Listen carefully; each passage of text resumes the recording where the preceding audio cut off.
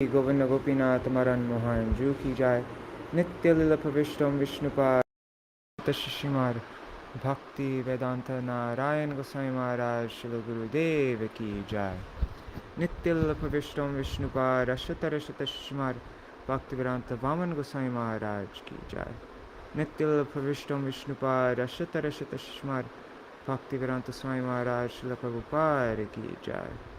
नित्य लीला प्रविष्टम विष्णुपाद अशतर श्रीमद भक्ति प्रज्ञान केशव गोस्वामी महाराज की जाय।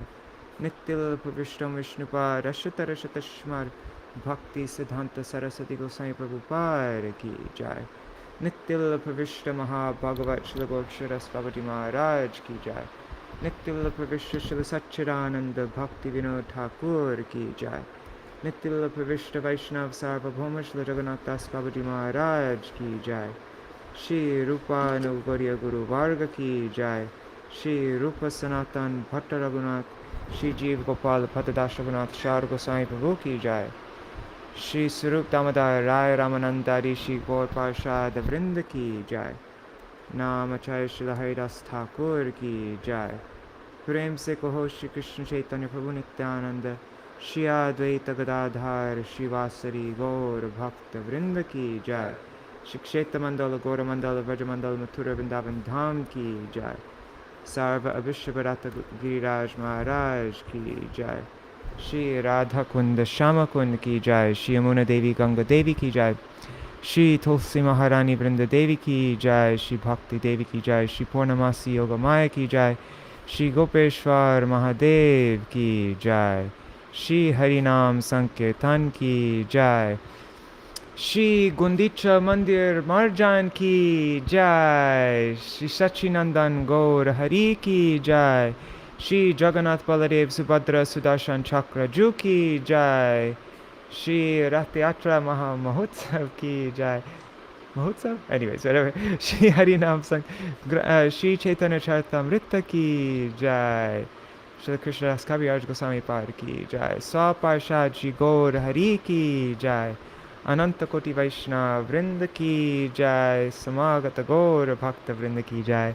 श्री निताय गौर प्रेमानंदे हरि हरि बोल। Hari Bol, everybody. Rup Manjari Didi, Dandavat Pranams, and Nitai, of course. And Satya Mataji, Indira Mataji, Pradumna Prabhu, Mantra Murti Mataji, Raseshwari Mataji, and anybody else who's watching right now, please accept my pranam. I'm really sorry last night. I so badly wanted to read more about Bhaktivedānta Thakur, and also about Gadadhar Pandit. It's such an important day, but by the end of the day, I was so wiped out. Some friends came over and I was talking with them, and then I went to my computer to start, set up something, and I was so tired. I was like, I'm just going to take a little nap. Actually, no, I was like, I'm going to just chant a few more rounds, and I woke up the next morning. Yep, I didn't make it, so...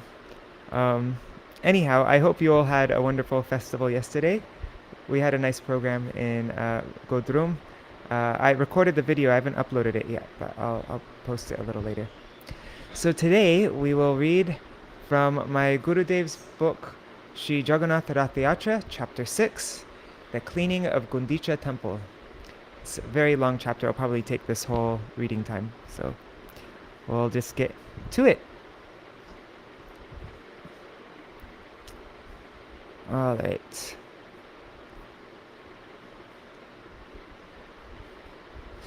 Okay.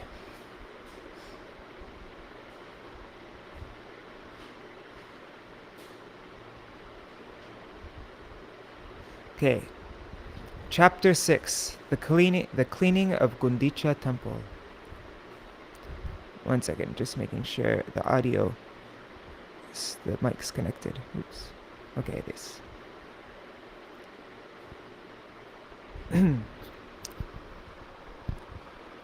The cleaning of Guṇḍicā Temple, Guṇḍicā Mandir Marjan, is performed one day before Bhagavan Sri Jagannath's Ratha-yātrā.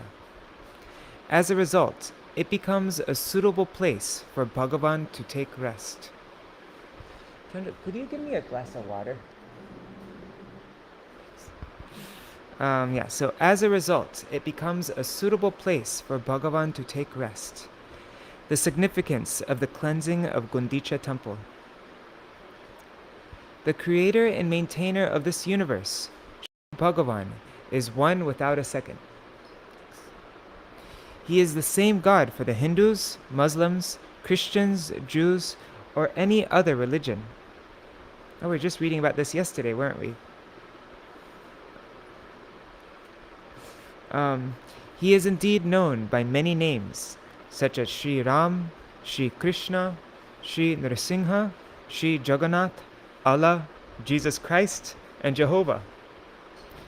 Just as there is only one sun and only one moon for the entire world, similarly, there is only one Bhagavan, not more. Bhagavan manifests his Swarup before the devotee in accordance with the devotee's bhavs. This can be understood by citing the analogy of the moon. Between the new moon and the full moon, there seems to be 15 different moons, each with its own name. But actually, there is only one moon. In the same way, there is only one God. When he fully manifests his opulence, his Vaibhav, and his charm, his Madhurya, he is known as Vrajendra Nandan Shri Krishna. When he manifests aspects of his opulence in accordance with place, time, and recipient, he is named accordingly. There is only one Shri Krishna, but he has innumerable incarnations, and all those incarnations are non-different from him. We living entities, we jivas, are parts and parcels of Bhagavan. Bhagavan Shri Krishna states, Mamai Vangsho Jiva Loke Jiva Bhuta Sanatana. That's from Bhagavad Gita 15:7. This means that the jivas are by nature eternal servants of Shri Krishna and manifestations of his marginal potency, the Tatastha Shakti. The jiva is Bhagavan's eternal servant. He can never become Bhagavan. At the same time, Bhagavan and the jiva are simultaneously different and non-different from each other. Just as the sun's rays and heat are simultaneously different and non-different from the sun, and just as fire and its potency to burn are different and non-different. So just as the sun's rays and heat are simultaneously different and non-different from the sun, fire and its potency to burn are different and non-different. In the same way, the jiva, the living entity, is simultaneously different and non-different from Bhagavan. Sorry guys, I spaced out for a second. The jiva is capable of being controlled by Maya, whereas Bhagavan is the master of Maya.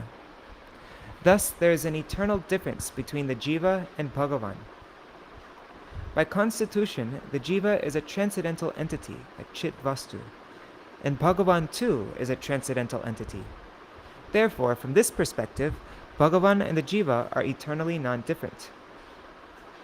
Considering thus, we can conclude that the jiva is simultaneously different, bhed, there's difference between Bhagavan and the jiva, and non-different, abhed, from Bhagavat Tattva. Or in other words, that the jiva is Bhagavan's bhed abhed prakash, different and non-different manifestation. This philosophical conclusion, this siddhanta, is called achinta bheda bhed, inconceivable difference and non-difference. This achinta bheda bhed has been explained by Sri Chaitanya Mahaprabhu in depth.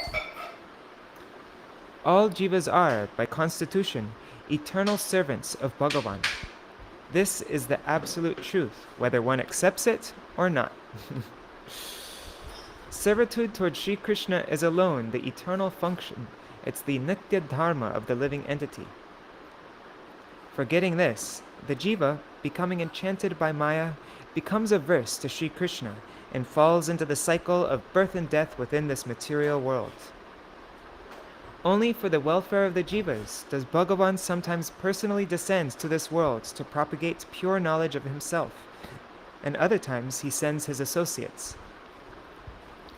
Due to the presence of lust, anger, greed, attachment, intoxication, envy, etc. in the conditioned soul's heart, he cannot realize the pure transcendental swarup of Bhagavan.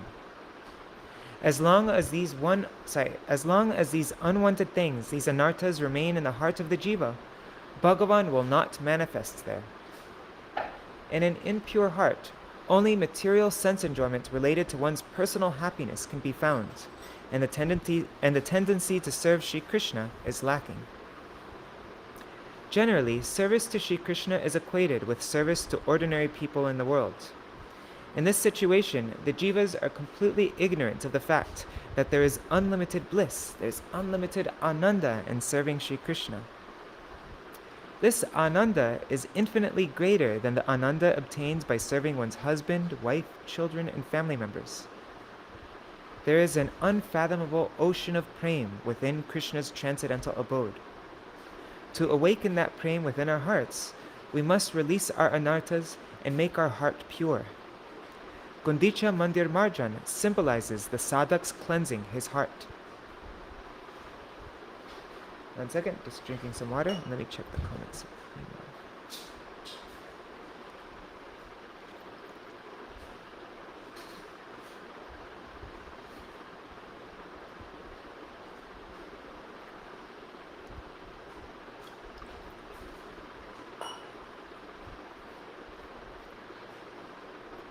Hari Bol Kishore Prabhu and Surevi Didi. Pranams. Okay, so Guṇḍicā Mandir Marjan symbolizes the sadhak's cleansing his heart. Alright, to awaken that prema within our hearts, we must release our anarthas and make our heart pure. Okay, so Śrīmad Mahaprabhu's cleansing of Guṇḍicā Mandir. Before Sri Chaitanya Mahaprabhu's arrival in Puri, only the servants of the king would clean the Guṇḍicā Mandir. But since they were solely interested in earning wages for this, they did not do their job efficiently. If devotional feelings towards Bhagavan are absent in a person's heart, then he cannot please Sri Jagannātha. Therefore, when Sri Chaitanya Mahaprabhu arrived in Jagannath Puri, he sent a message to the king through the king's guru Kashi Mishra. Mahaprabhu said, "I request permission to personally clean Guṇḍicā Mandir and its surrounding areas, along with my associates. Your servants are not required. You only need to arrange some brooms and clay pots." Although at first the king was astonished at this request, when he heard about Mahaprabhu's inner mood from the lips of Kashi Mishra, the king became very pleased. He said to Kashi Mishra, "It is a matter of utmost joy that by personally engaging in the cleaning of Guṇḍicā Mandir, Śrīmad Mahaprabhu and his devotees will impart a valuable teaching to the inhabitants of this world. Therefore, do not hesitate to give him whatever he may need." The next day, early in the morning, devotees gathered together in great number for the purpose of cleaning Guṇḍicā Mandir. The devotees offered flower garlands and chandan to Śrīmad Mahaprabhu, but before they could offer him obeisance, Śrīmad Mahaprabhu, with utmost humility, offered pranam to all of them and smeared chandan on their forehead. Śrīmad Mahaprabhu touched Sri Nityananda Prabhu's feet. Śrīmad Mahaprabhu touched Sri Nityananda Prabhu's feet. He did not have even a trace of self-conception, any abhiman that he was Guru. He did not consider, "I am Guru, everyone should respect me. There is no need for me to respect anyone." All the devotees walking with Śrīmad Mahaprabhu were performing kirtan and touching each other's feet. Śrīmad Mahaprabhu handed each devotee a broom, and they all performed Sankirtan from Sri Jagannath Mandir to the Guṇḍicā Mandir. Upon reaching Guṇḍicā Mandir, Śrīmad Mahaprabhu began to clean the temple with a broom, sweeping everywhere, from top to bottom. The hundreds of devotees with him also began to sweep. Although Śrīmad Mahaprabhu is himself Sri Krishna, he personally cleans the temple. In order to teach everyone, Śrīmad Mahaprabhu said to his associates, "While sweeping, we should perform kirtan, chant Bhagavan's names, and remember him. Only then will Bhagavan Sri Jagannath bestow mercy upon us. If we sweep without chanting Bhagavan's names, as most people do, then all our work will be karma only, not bhakti. By that, we will certainly earn some sukriti, some spiritual merit. But we will not gain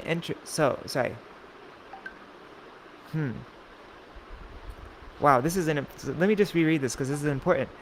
If we sweep without chanting Bhagavan's names, as most people do, then all our work will be karma only, not bhakti. And by that, we will certainly earn some sukriti, some spiritual merit, but we will not gain entrance into Bhagavad Bhakti.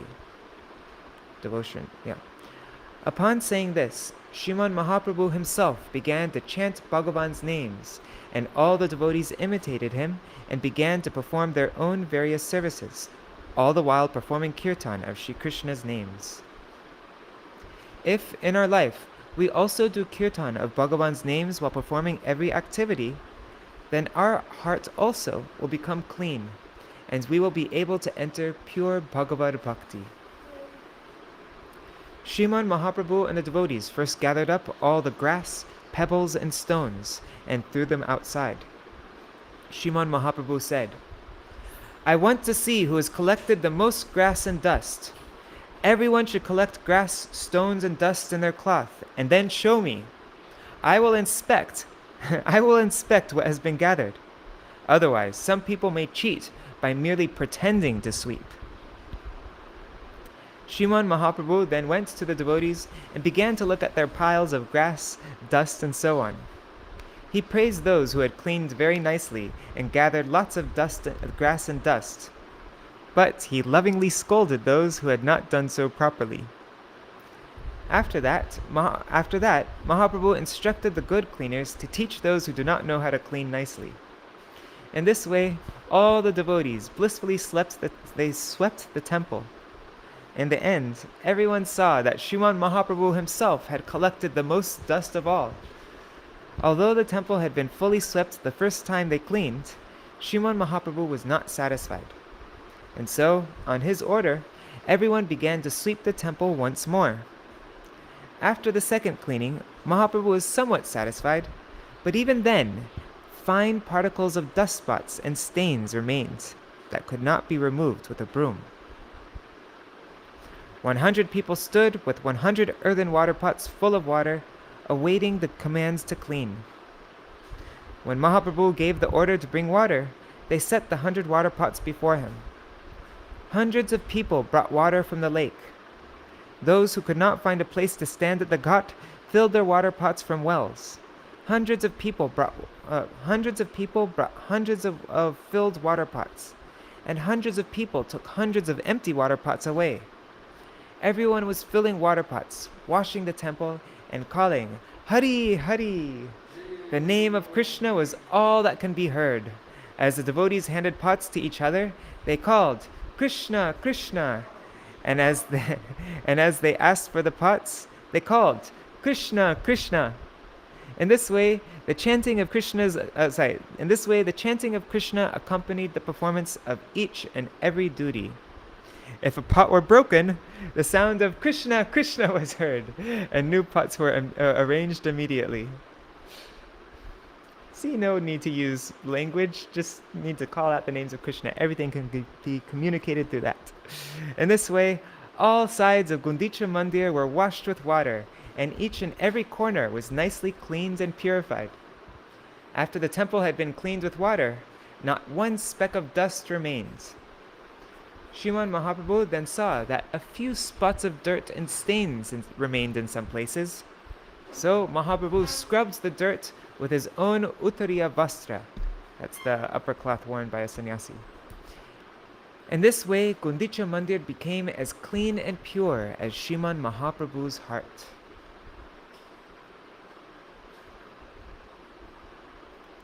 Hare Krishna, Anilji and Rasakeli. Hare Krishna. Śrīmad Mahaprabhu ki jai. Okay, so in this way, Guṇḍicā Mandir became as clean and pure as Śrīmad Mahaprabhu's heart. To this Guṇḍicā Mandir Marjan pastime, Śrīmad Mahaprabhu, the spiritual master of the universe, is imparting the teaching that If any fortunate soul wants to seat Krishna on the throne of his heart, he must first wash and clean the dirt from his heart. It is necessary to make the heart clean, calm, and radiant by devotional service. If there are any impediments to spiritual life, if there are any anarthas at all within the field of the heart, in the form of thorny grass, dust, rocks, and so on, then the supremely worshipable Bhagavan will not situate himself there. This indeed is the hidden meaning behind Guṇḍicā Mandir Marjan.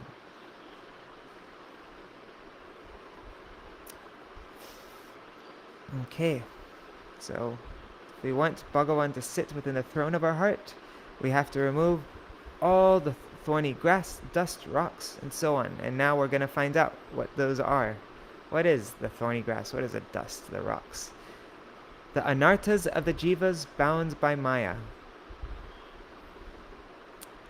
This dirt in the heart, that is, the multitude of anarthas that reside there, is nothing more than endeavors for anyabhilash, that's our desires for, our endeavors for fulfilling our ulterior desires in the form of karma, gyan, and yoga. Srila Rupa Gosvāmī Pad has thus stated, Anyabhilashita shunyam jnana karmadhyanavritam anukulyena krishnanu shilanam bhaktir uttama. That's from Bhakti Rasamrita Sindhu, the very beginning of the book, 11th verse.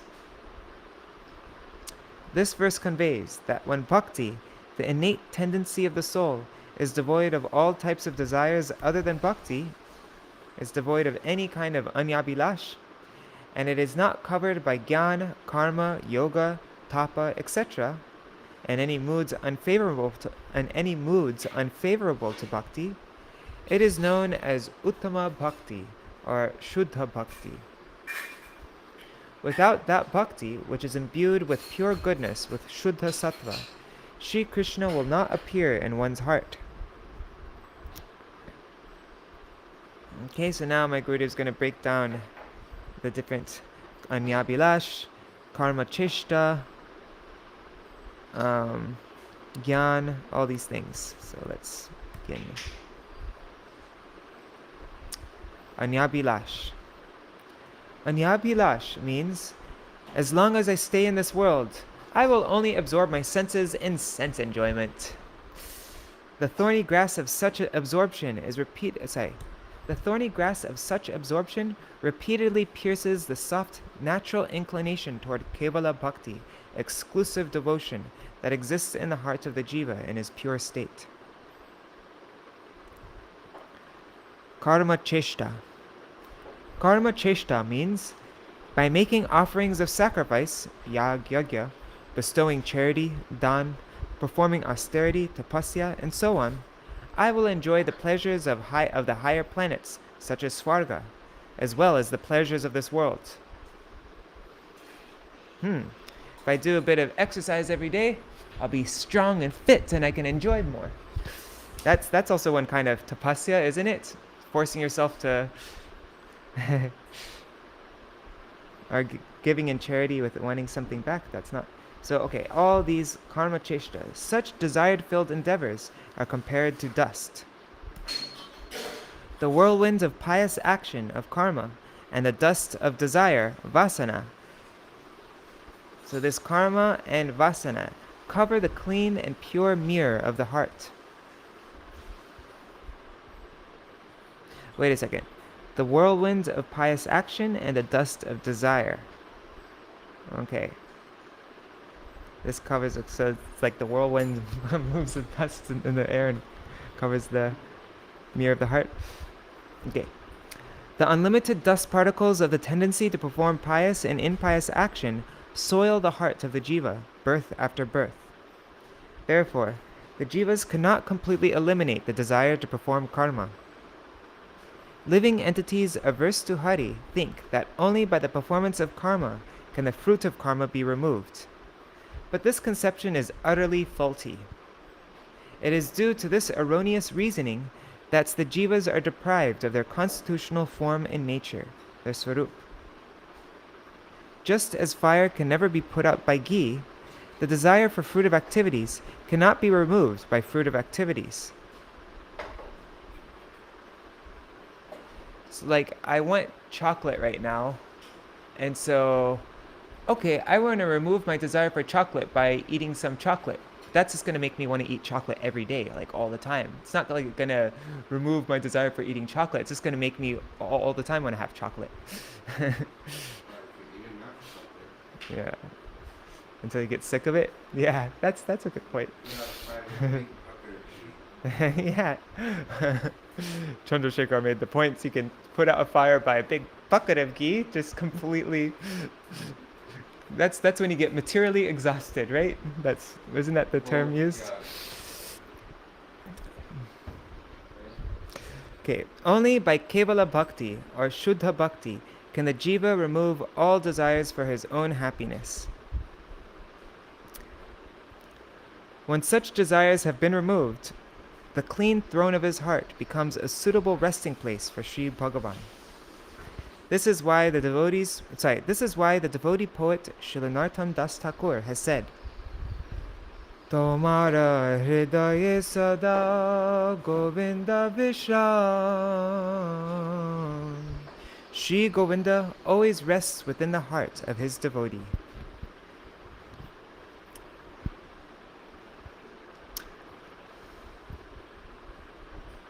Endeavors for impersonal knowledge, nirvishesh gyan, yoga, and other such endeavors are just like jagged stones that pierce the body of Sri Hari instead of serving him. Although in the first stage of pursuing the impersonal conception of the Lord, nirvishesh Brahma, chanting the holy name is accepted in a subsidiary capacity. Still, in mukti, or in the condition which a person... Okay, wait, 1 second. Let me just reread that because I spaced out for a second. Although in the first stage of pursuing the impersonal conception of the Lord, chanting the holy name is accepted in a subsidiary capacity, still, in mukti, or the condition in which a person has the erroneous conception that he is Brahma, the absolute spirit, the supreme spirit, his independent existence is not accepted. For this reason, Bhagavan does not appear in the heart of such an unfortunate jiva who prides himself on being liberated. With the objective that Bhagavan should reside in the temple without difficulty, Sri Gaurasundar, Śrīmad Mahaprabhu, did not keep unwanted things such as grass, dust, or stones inside the temple compounds. Rather, he personally threw them out. It is often seen, even though the desire to perform karma, gyan, and other such endeavors remain distant from a living entity's heart, some very fine particles of dirt remain within. So they're very fine particles, which means they aren't so obvious, right? They're very difficult to detect. What are these? These fine particles of dirt? They are compared to duplicity, kutinati, the desire for reputation, pratishdasha, harmfulness to living entities, jiva hingsa, improper conduct, nishidachar, mundane profit, labha, adoration, puja, and so on. Okay, so now my Gurudev is going to break down all these fine particles of dirt.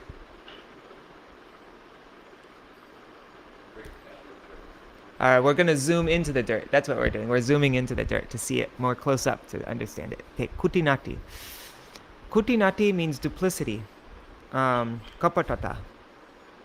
And it is exemplified in the behavior of the demoness Putana. Putana was the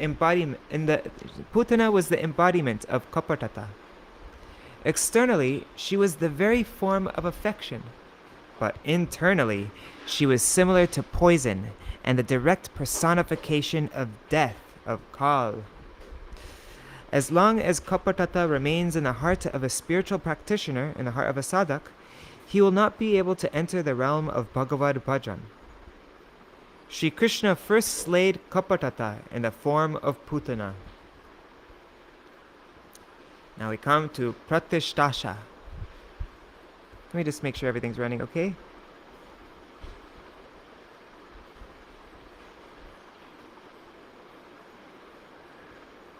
Oh, I'm looking at this comment too late, so I don't know what you're referring to, Rup Manjari Didi.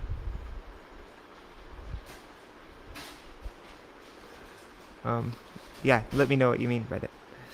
Okay, so now we come to Pratishdasha.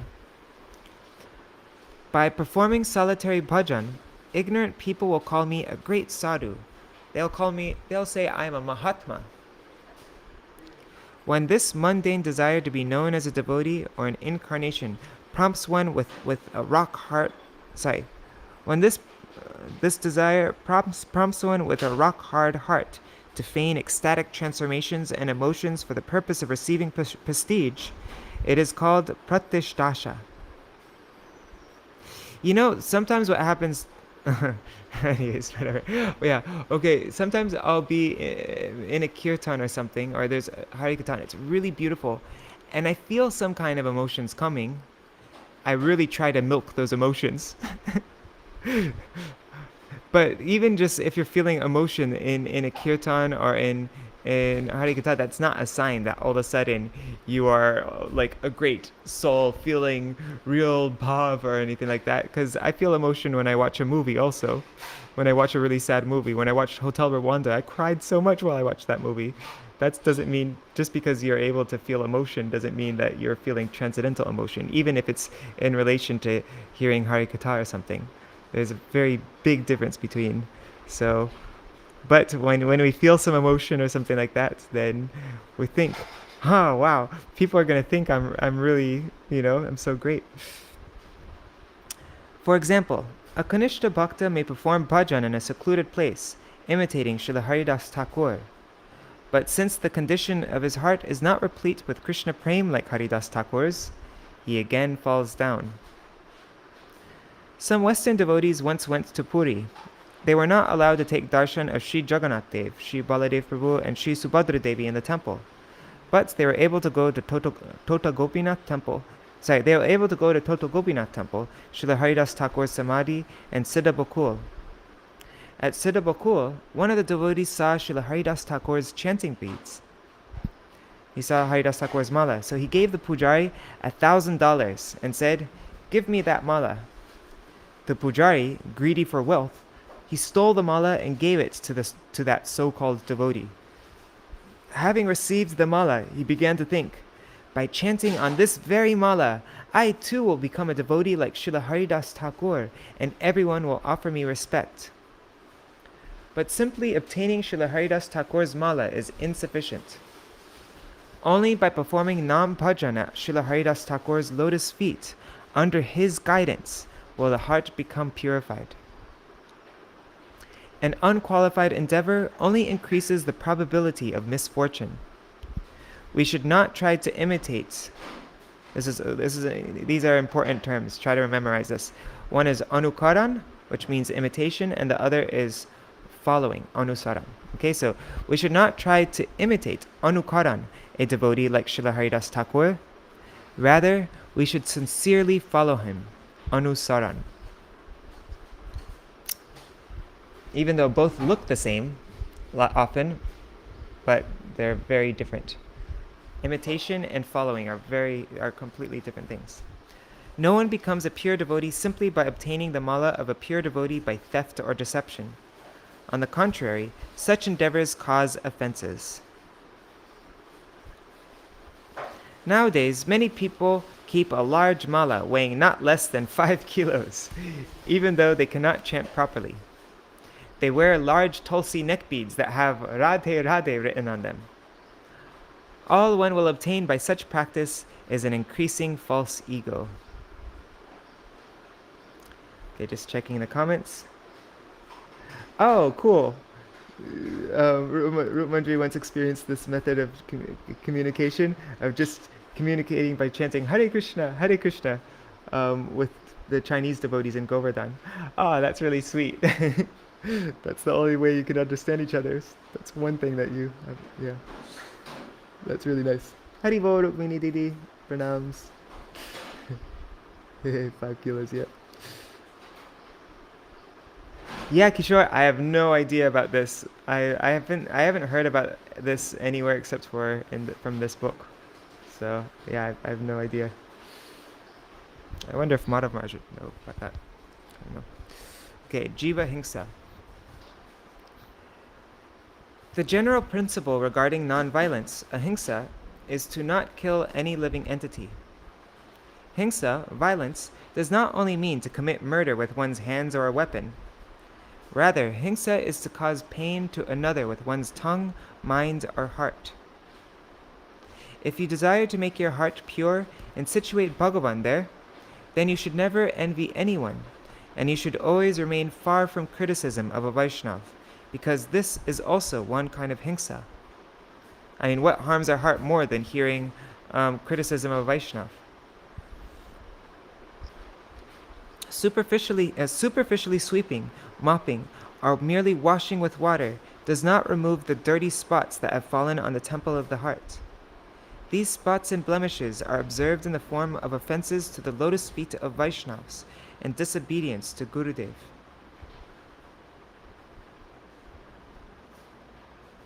Wow, even just by sweeping, mopping, washing with water, doing all that, that's not going to remove the stains. And like these spots, you need to get some really intense acid and like really get at it. So Vaishnava Aparad is not easily removed. You can't just purify yourself somehow or other. You need to do something different than you normally do when you clean. These spots and blemishes are observed in the form of offenses to the lotus feet of Vaishnavas and disobedience to Gurudev, Vaishnava Aparad and Guru Avagya. Among the 10 kinds of Nam Aparad, the first offense is to the feet of pure Vaishnavas. The sadhak aspiring to traverse? It should be traverse, right? What does transverse mean? I think that's a mistake. The sadhak aspiring to traverse the path of bhakti must quickly endeavor to gain exemption from these aparads. To teach this, Śrīmad Mahaprabhu personally cleaned and scrubbed the entire Guṇḍicā mandir, up and down, here and there, with his own cloth. He completely cleaned everything, not leaving a single spot anywhere. Nishiddhāchāra. We should try to understand what nishiddhāchāra, prohibited activities, are. For example, a brahmachari or sannyasi should stay far away from the desire for lust. Asatsanga tyaga Vaishnava achar, stri sangi eka asadhu, Krishna bhakta ar. This is Sri Chaitanya Charitamrita, Madhya Lila 2284. To give up bad association is the most appropriate conduct for Vaishnavas.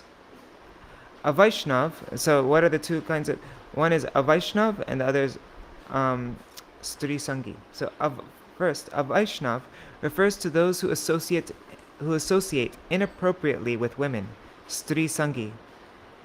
And it also refers to those who are not devotees of Krishna. There are two kinds of association with women. The first is in accordance with the codes of religion as established by the principles of Varnashram. The second refers to the illicit association of women, which is against religious principles. The latter destroys Varnashram Dharma and takes one to the hellish planets. Generally, in the material world, persons addicted to committing sinful acts are not qualified to become Vaishnavas. The three objectives of religion, of dharma, of economic gain, of artha, and sense gratification, kam. These three objectives keep one bound to inappropriate association with women, which is conduct not befitting a Vaishnava. And it goes the other way around, of course. Whenever we hear these things, it refers, for women, it means men, obviously, but just mentioning. The fourth principle, moksha, liberation, does not arise out of illicit association with women, but it is much more fearsome than the association of women. The association of both Mayavadis, impersonalists who affirm everything to be illusion, and Maya Vilasis, those given to indulging in illusion, is the cause of the destruction of Vaishnavism and Shuddha Bhakti. And why is the association of Mayavadis much more harmful? Because if you associate with Maya Vilasis, then you'll get, you might go off the path, you might get really into enjoyments, and you might even destroy, make it a few more lifetimes longer. But if you associate with Mayavadis and you strive for liberation, it could be millions of lifetimes. So yeah, one's a lot worse. Srila Rupa Goswami has also described, okay, so now we've completed that, all those different categories that my Gurudev wanted to, those were all the fine dust particles, right? Now, Srila Rupa Goswami has also described these faults and anarthas in the first verse of his book, Sri Upadeshamrit. Let me just check the comments really quick.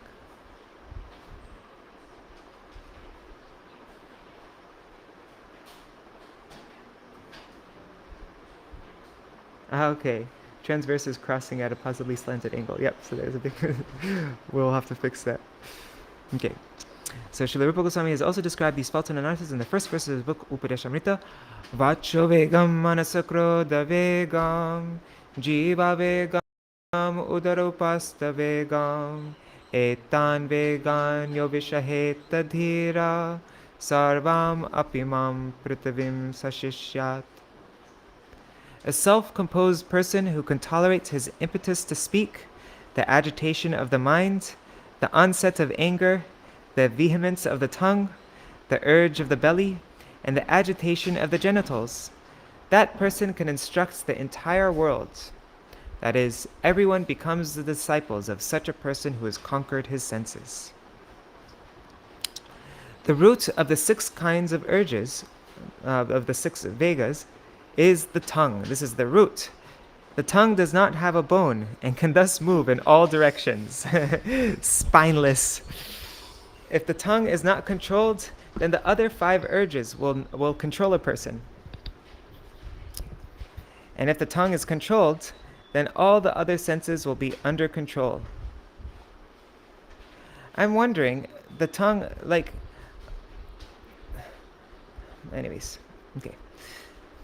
Like the tongue is the way that we communicate, but we also communicate by other ways other than the tongue. So is the tongue more just like symbolizing what we put out, like how we communicate to others to get what we want? I don't know. It's just thought. It's not just referring to the tongue has 2 functions: speaking and eating. An uncontrolled tongue could also refer to like typing an email that's completely uncontrolled, right? It doesn't just mean speaking something uncontrolled, but it's any kind of outward communication, I'm guessing. So there's two functions of the tongue: speaking and eating. The first function of the tongue is not if the first function of the tongue is not curbed when speaking, then there's great danger of engaging in useless talk by which fearsome problems can be born, even to the extent of one's entire life, even to the extent that one's entire life can be destroyed. I will clarify this topic by giving a couple of examples. Mahārāja Yudhishthira's royal palace was so amazing that in some places it was very difficult to discern the difference between water and dry ground. Once, Duryodhana fell into water thinking it to be dry ground. Draupadi laughed and said, "The son of a blind man is also blind." It was these words alone that caused the Mahabharata war, in which hundreds of thousands of people were killed. Wow, he really wanted to get revenge. Oof. Also, when Sri Ram left Sita in the care of Lakshman and went to catch the demon Maricha, who had taken the form of a deer, Maricha adopted Ram's voice and cried out to Lakshman. He cried out to Lakshman in such distress that it seems that he was in a frightful situation. Lakshman understood that this was a trick of Maricha, and although Sita Devi beseeched him many times to go and help Sri Ram, Lakshman would not enter the forest and leave Sita alone.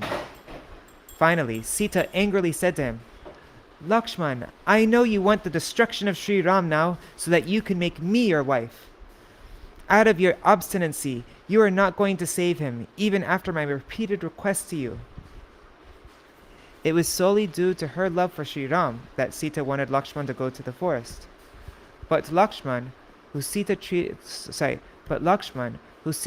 like her son, when Lakshman heard these bitter words from her, he unwillingly left her alone, resulting in her being kidnapped. In the end, for this very reason, war also ensued. Yeah, so we really have to be careful about. The other function of the tongue is to eat. Taking meat, fish, onion, garlic, and other such forbidden foodstuffs, as well as intoxicating substances, this increases the mode of ignorance. Thus, one is not able to control one's mind and heart. Through the uncontrolled mind, people become engrossed in sinful activities and destroy themselves. There is a very simple way to bring the tongue under control.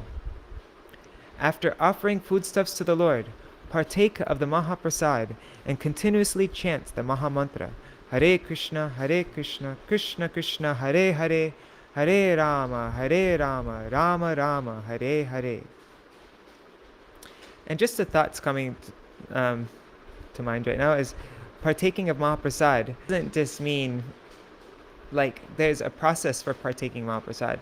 So I don't think we actually get the full benefit of taking Mahaprasad if we're just eating it like, oh, I want to eat this, oh, this is good, and it's just purely like that. Just like with Harinam, when we chant Harinam, if we're just chanting not without any endeavor to do it properly with the right mood, and we're just like, and like reading, watching something and just totally distracted, then we're not getting the benefit. We're not actually chanting Harinam. So with Mahaprasad also, I think it's the same thing. In Śrīmad Bhaktivedānta Thakur's Anubriti to Upadeshamrita, he says that honoring, eating delicious foodstuffs in the name of honoring prasad still falls into the category of Vatuveg, of Jivaveg. Oh, really? Wow, okay, that's very clearly mentioned then. Awesome. It's also Srila Prabhupada also quotes it in Nectar of Instruction. Okay, it's also a Nectar of Instruction. Great.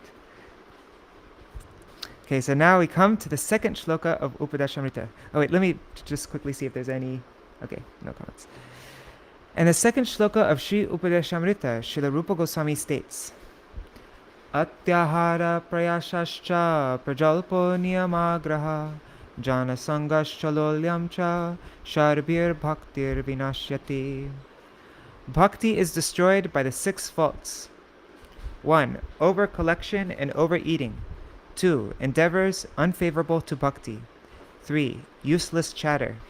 4. Enthusiasm for practices not befitting one's qualification and lack of enthusiasm to adopt essential regulations for spiritual progress.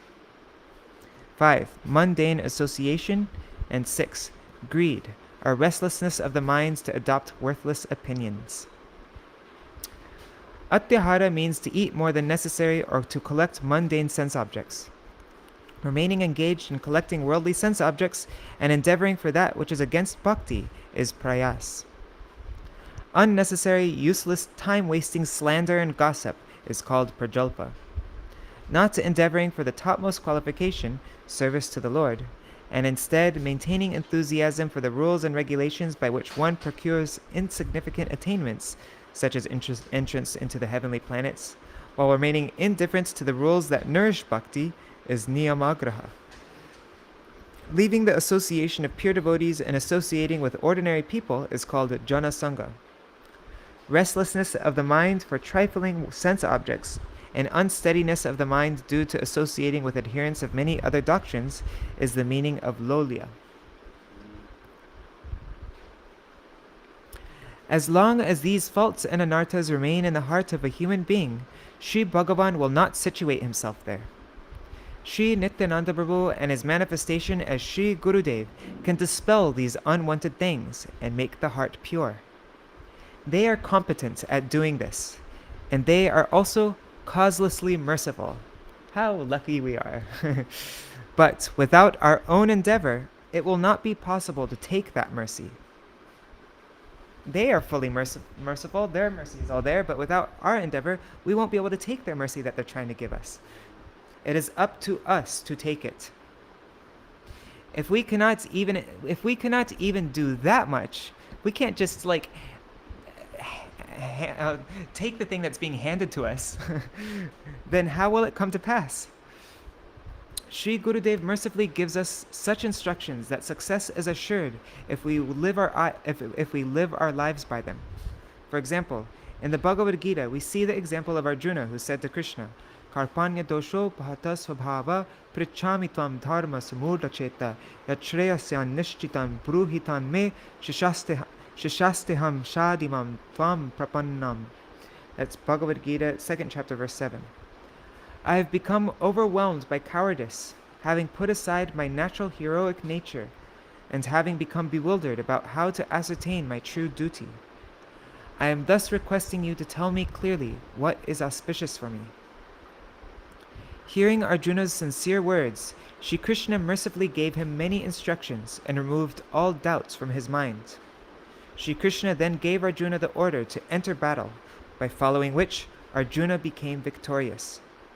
In exactly the same way, if a disciple is ready to follow the order of Guru, then Guru will always help the disciple. But if the disciple disobeys Guru or misuses his independent desire, it is an offense to Guru. As a consequence, the disciple's bhakti is destroyed and his desire to serve Shri Krishna vanishes.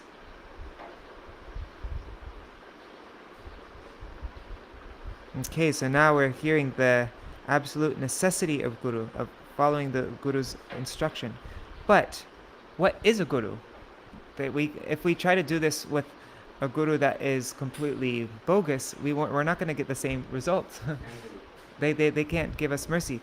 Although, I mean, I think if you have a bogus Guru but you're very sincere, it doesn't mean that you're like going down to hell or anything like that. Like there will be some benefit, and Krishna will take your sincerity and move you in an auspicious path, so that in the future you'll be able to get a bona fide Guru. But I read a quote from Srila Gurudev saying that if someone worships even a piece of straw, but with faith that they're on a bona fide path, then Krishna will make all arrangements for them to progress.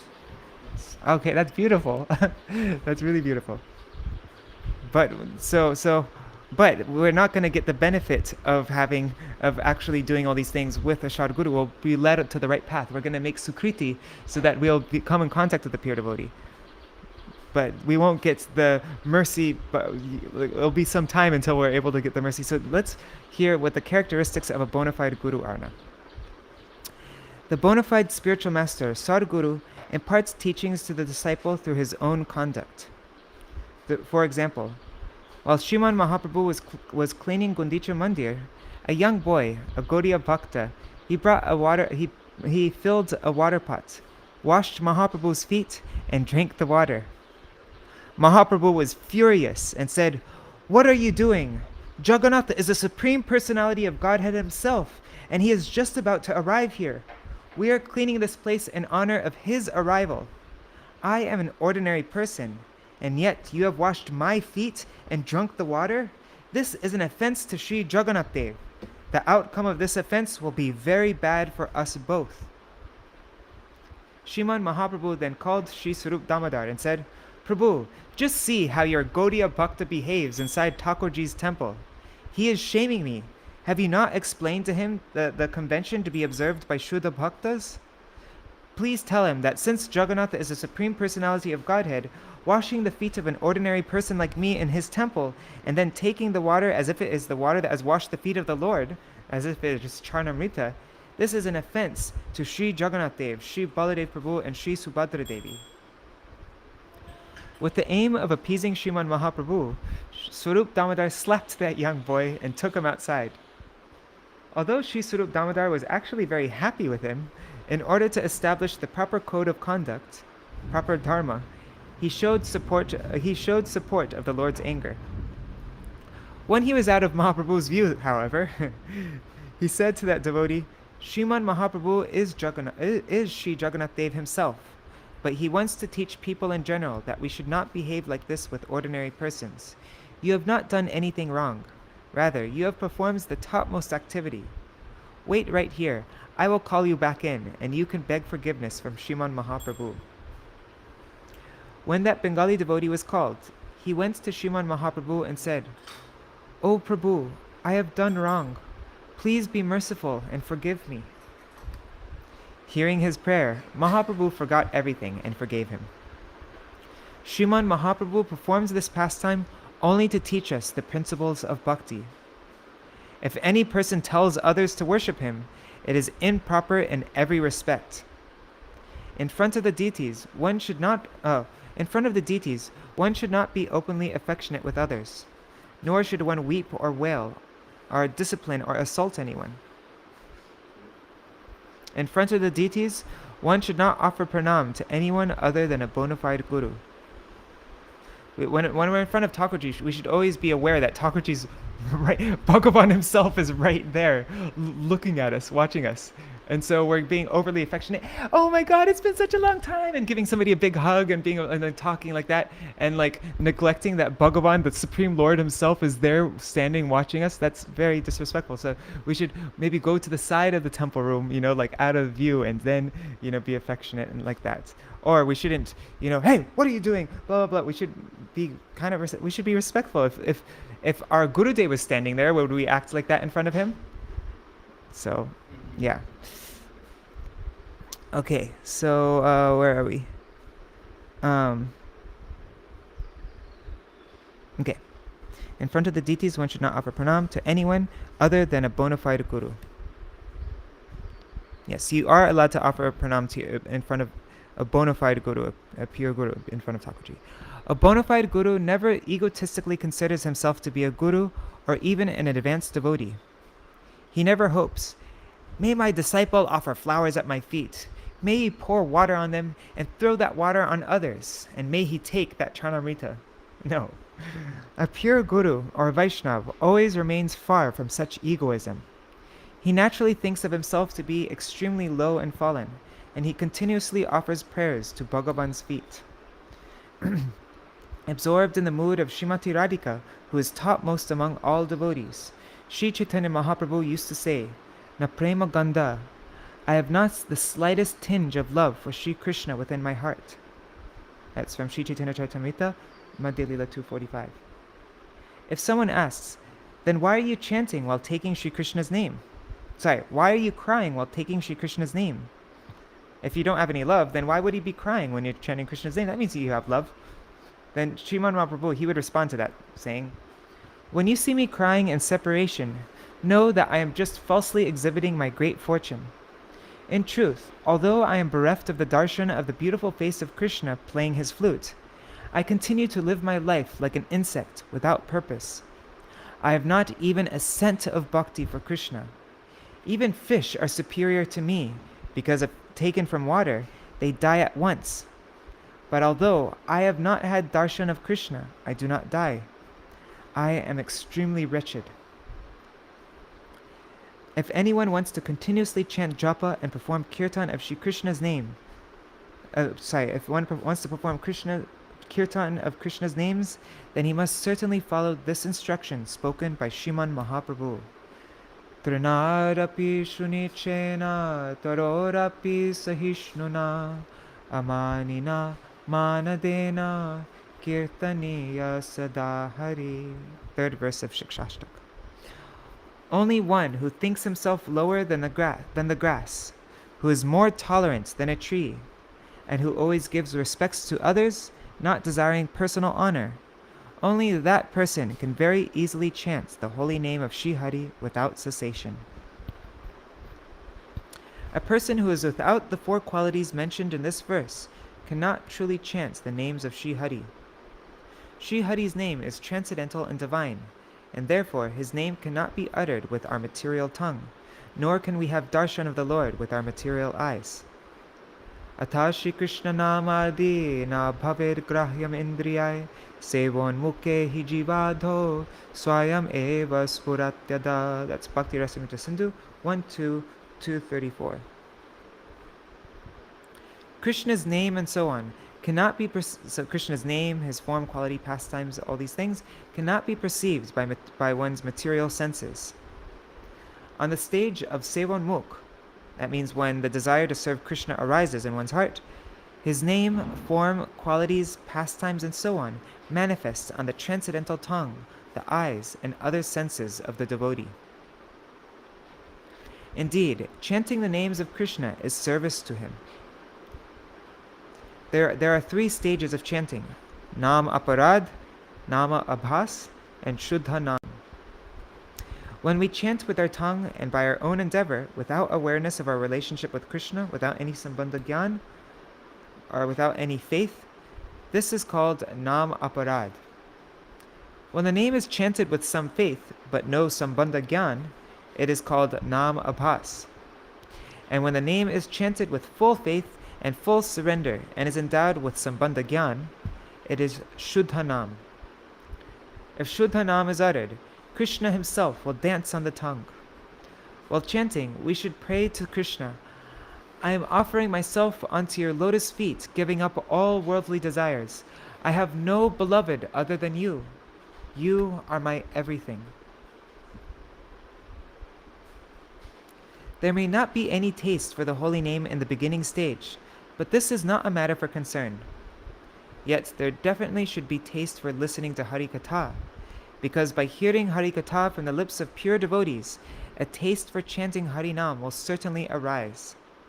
And even if there is no taste for hearing Harikatha, it should be heard again and again, and the pure devotee speaking that katha should be offered proper respect.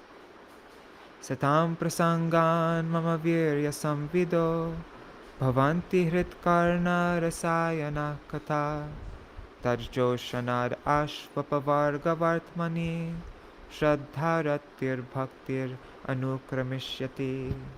That's Śrīmad Bhagavatam 3:25-25. Bhagavan Kapila Dev said to his mother Devahuti, in the association of saintly persons, my katha gives genuine knowledge of my valiant deeds, which are dearly pleasing to the heart and ear. The result of hearing this katha, which is released from ignorance, occurs very quickly. First of all, in the form of Shraddha. First Shraddha arises, faith in sadhan bhakti. Then Rati, that's bhav bhakti. And finally, the awakening of prem bhakti. But does that mean we can hear anything? Like we can just hear these Bhagavat Saptas done by performers, by these professional reciters, or just any person?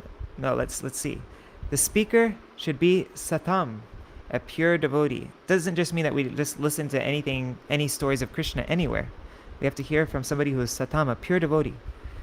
We should not, with our own intelligence, make the mistake of accepting an ordinary person or devotee to be a Mahabhagavat. In regard to discerning who is a Madhyam Adhikari and who is an Uttam Adhikari, we should only accept the opinion of a superior Vaishnava as correct.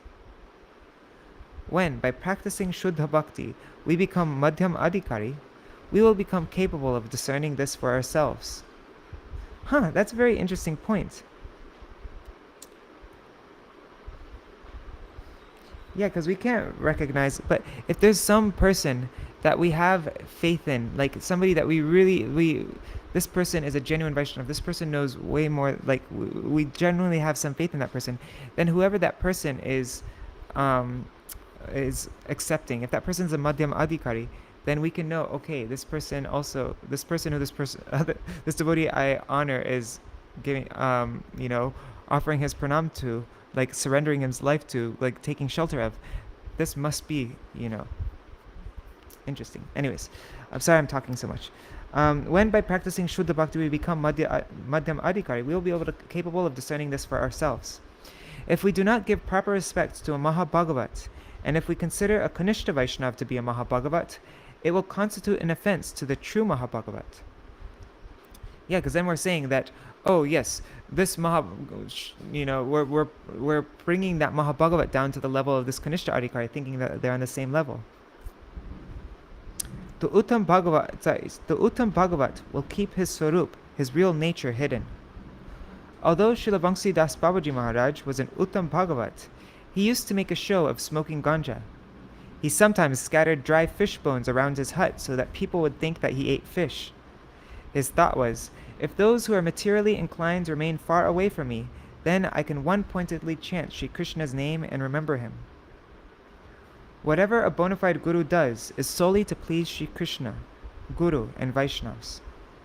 A bona fide guru does not have any worldly desires. Following his footsteps, we too ought to consider that every single activity performed with our body, mind, words, heart, and mood should only be performed to please Shri Krishna.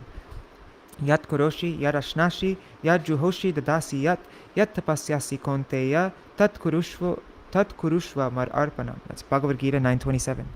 Shri Krishna said to Arjuna, O son of Kunti, whatever activity you undertake, whatever you eat, whatever you offer or give away, and whatever austerities you perform, offer to me.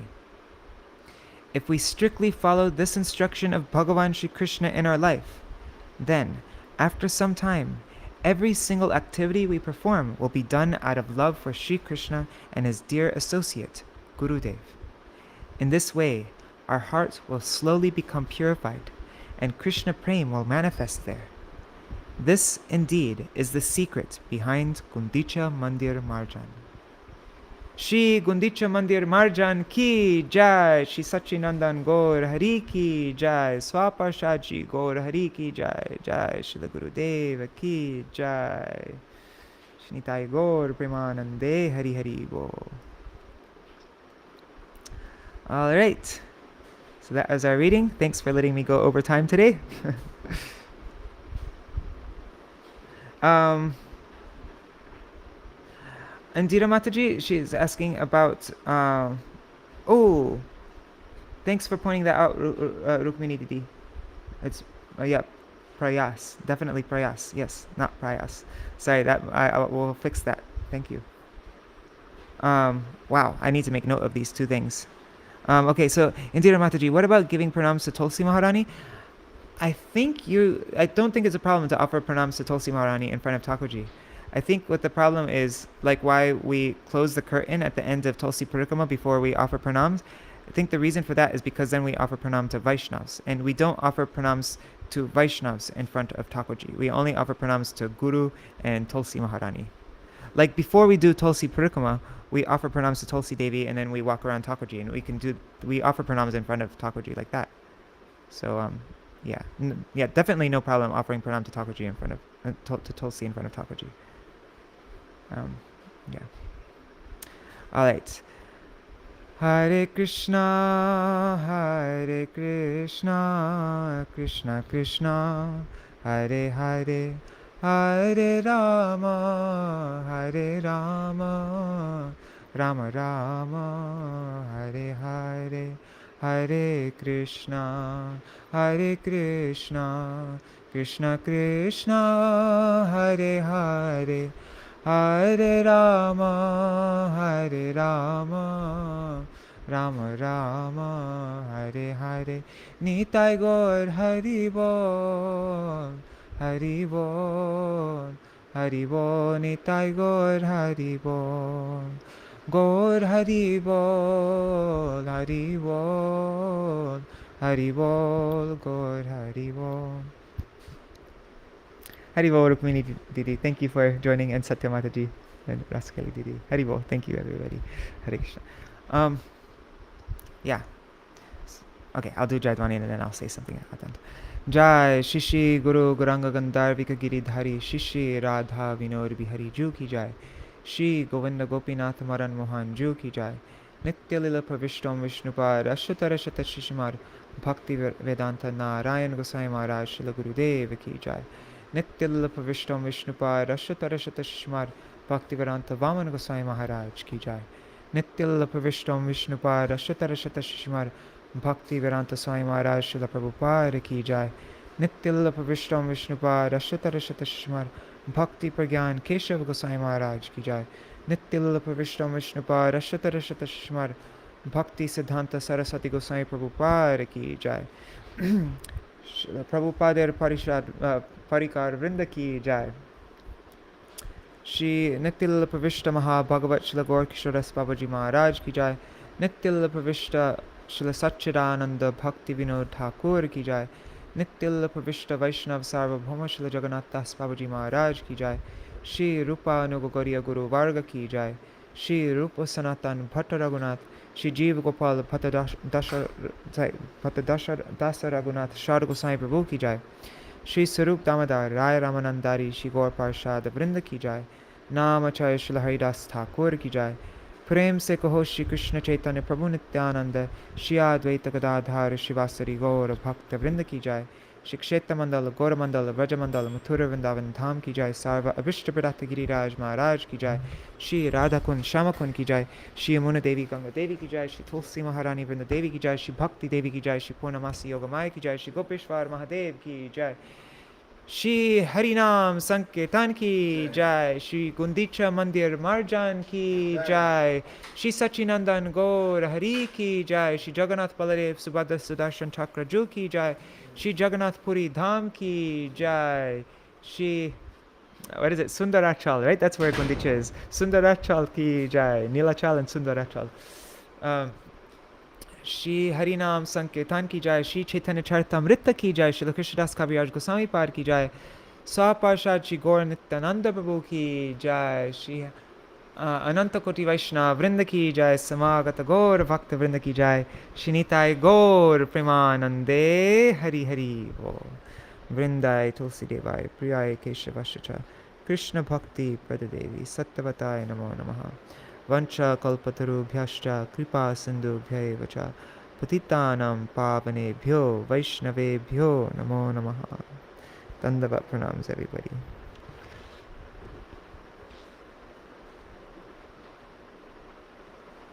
Yes, Kishore Prabhu? Yes.